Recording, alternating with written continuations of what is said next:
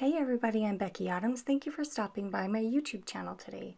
Today I am doing a project for the Simple Stories design team, and I am creating a 12 by 12 layout using the Simple Vintage Seas collection. So I'm just showing you a few of the pattern papers that I have pulled out for this collection. My background is going to be this solid, I guess it's not totally solid, but the gray pattern paper that is just behind the one that I'm working with now. And before I turn my camera on, I made this template. I wanted to do something kind of on an angle with this collection, and it ends up being that the way that it came together was not exactly how I had planned it in my head, but I really love how it turned out.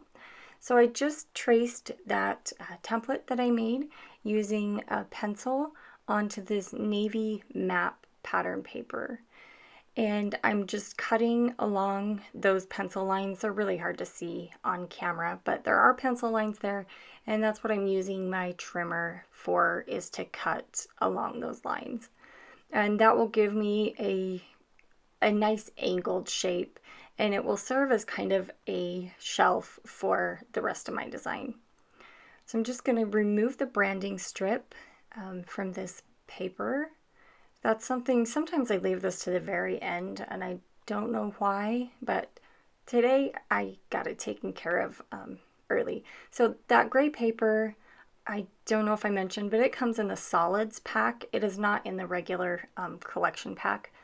But the solids are definitely worth it in this collection. They're so beautiful. Anyway, so I cut a 1-inch strip of that red and white striped pattern paper, and then I'm going to cut I believe it's a 1/2-inch strip of that kind of multi-colored striped pattern paper. And I've just got to remove the branding strips from either end of those pattern papers, and then I actually go and stitch these papers on my sewing machine. So it's really hard to see here on camera again, but I did stitch along the one edge of both of the striped papers, and then along the bottom edge of the map paper as well. And since this collection has a very vintage distressed feel to it, I wanted to distress these pattern papers just a little bit. I don't often do a lot of distressing on my pages, but this is anyway, this is one of the times that I distress the papers.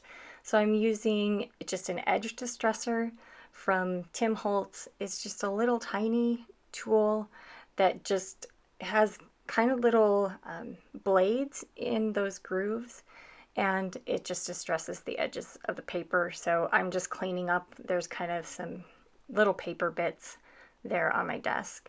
So now that I have those cleaned up, I am just going to take my adhesive runner from scrapbook.com, tuck in the thread from my stitching, and adhere this to the background.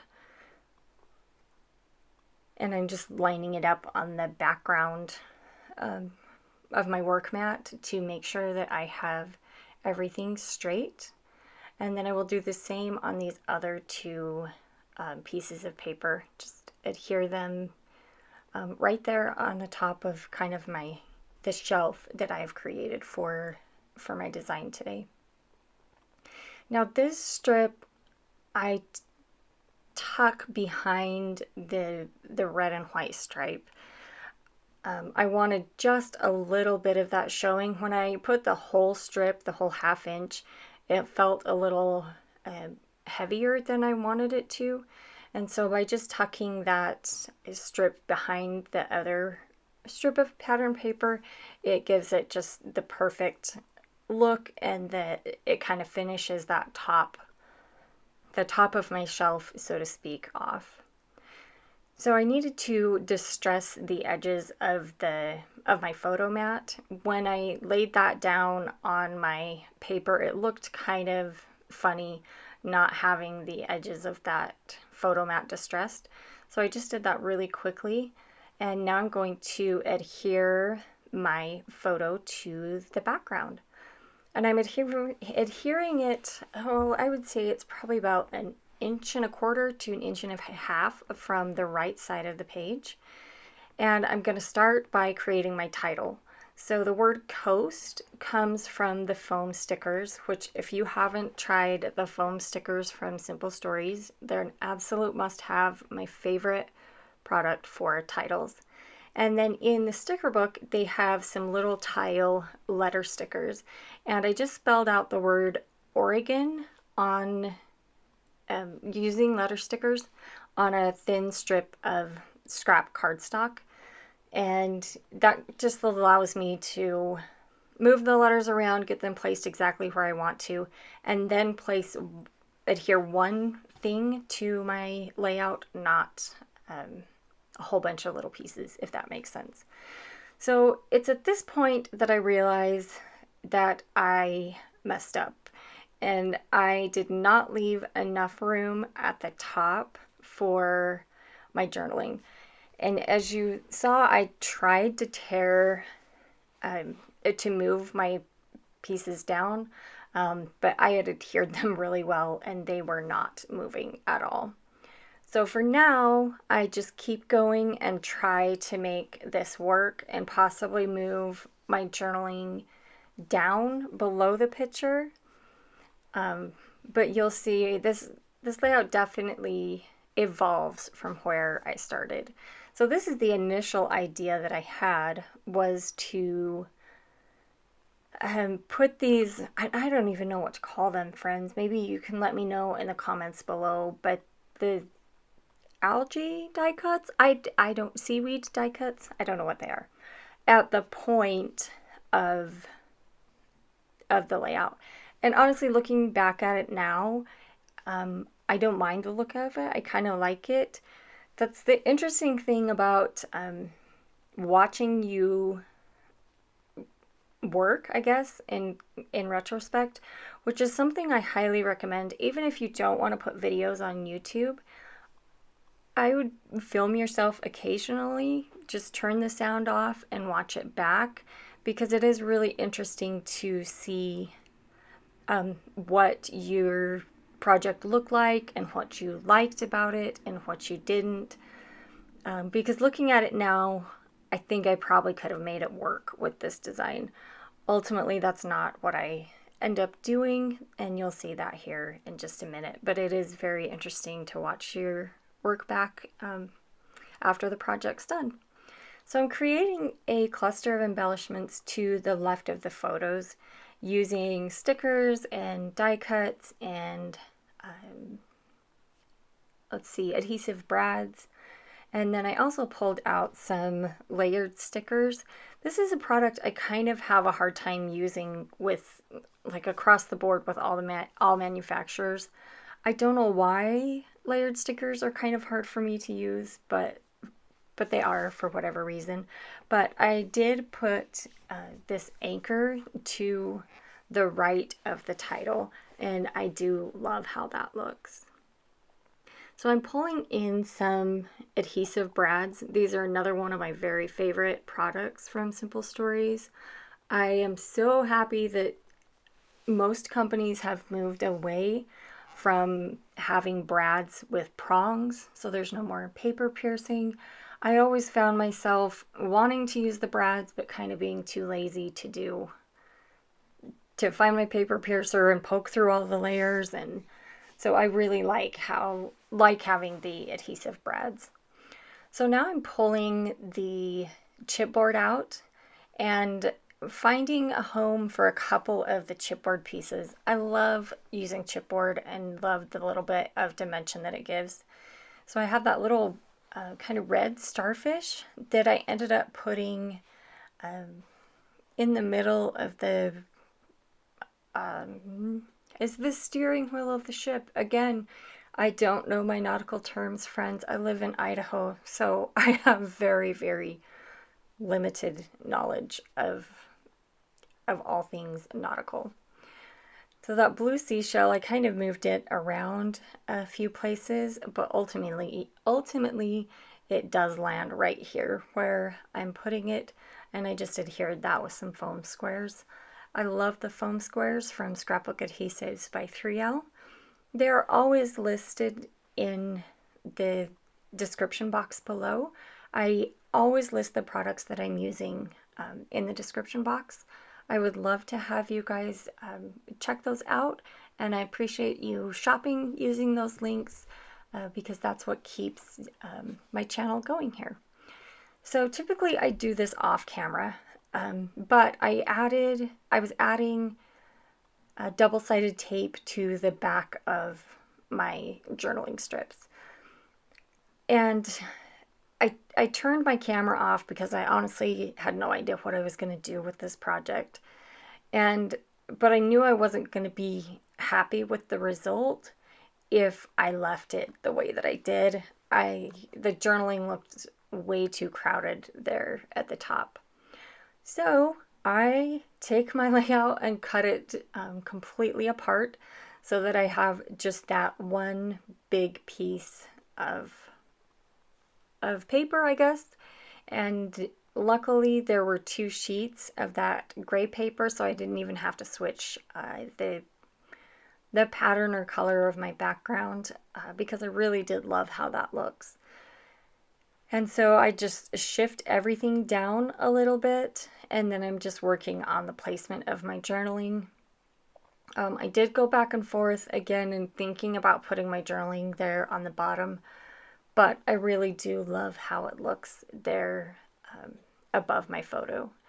So I take that tape runner out again and put some adhesive on the back of this main piece that has most of my layout on it, and adhere that to the background. And I'm much, much, much happier with the direction this project is headed after doing that. So I'm using my T-square ruler to add the strips of journaling there above my photo. And usually if I have one or two of the journaling strips adhered straight, then I can adhere the rest of them, but I usually do use my ruler on that first strip or two. If you haven't tried using a T-square ruler, I would highly, highly recommend it. That has become one of my must-have tools. I have one in my desk, one at my filming space, and one in my my crop bag, the bag that I take with me when I'm headed out the door. So I'm just adhering that last journaling strip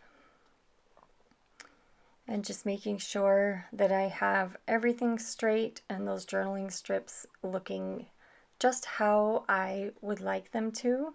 And then I go back to some embellishments. And I found this little red star, and I liked that it mimicked what I had going on the left side of the photo, and brought a little bit of that shape and color over to the right side. I thought about putting a brad in the middle of that star, but it just didn't work how I thought it would. So I set those aside for just a minute. When I print my journaling, I always print the date as well. Sometimes I end up using it, sometimes I end up using a date stamp, but either way, it's nice to have that option. So I did end up using the date that I printed, and I just adhered it there below the photo. I did use an an adhesive brad that says the beach life in the center of that starfish on the right hand side. And now I'm putting a few enamel dots around the page. And I struggled with these, and looking at it now, it would have been totally fine to leave them. But as I was working on the project, they looked really clean and polished for a layout that had such a vintage slash distressed feel. So after putting all the enamel dots on, I take all the enamel dots off, which you guys have seen me do before here if you have spent time here on my channel watching my videos. So I take the enamel dots off and then kind of play with the embellishments again. And at this point, I was thinking that what I really wanted to do was splatter some white acrylic paint over my layout. And I was trying to kind of pull things together without doing that, and it really didn't work. It didn't give it the finished look that I wanted. So again, I play with some embellishments here. I found these tags that I love so much in the I believe it's the bits and pieces packaging. It might be the journaling bits. I don't remember off the top of my head. But I use end up just using one tag, and I adhere that with a foam square, and then right on top of that, on top of the hole in the tag, I put an adhesive brad. And I love the finished look that gives, and it's just kind of different from my usual white crochet thread that I put on my tags. So I found a starfish. One of my favorite parts of this trip was finding the starfish. And so I wanted to use as many starfish as I could. And I ended up with just those two, actually three. There's two on the right and one on the left. And here is where I stepped away from my desk and splattered my layout with some white acrylic paint. I didn't do that on camera because I didn't want to get white paint all over my filming space. But I splattered some white paint and then came back and took a piece of pattern paper from the 6x8 paper pad that is the same stripe that I used kind of on the top of my shelf, and tore some pieces out of there. I have done it before where you tear the background actually, but that always makes me a little bit nervous because if I don't like it, then there's nothing I can do about it. So you get the same look by putting those torn layers on the top of the page. And with that, this page is finished. So you'll see here in just a minute, I did do some stitching over those torn pieces, and that was the last thing that I did on this project. So thank you so much for stopping by. I appreciate you watching my videos, and I will see you again soon.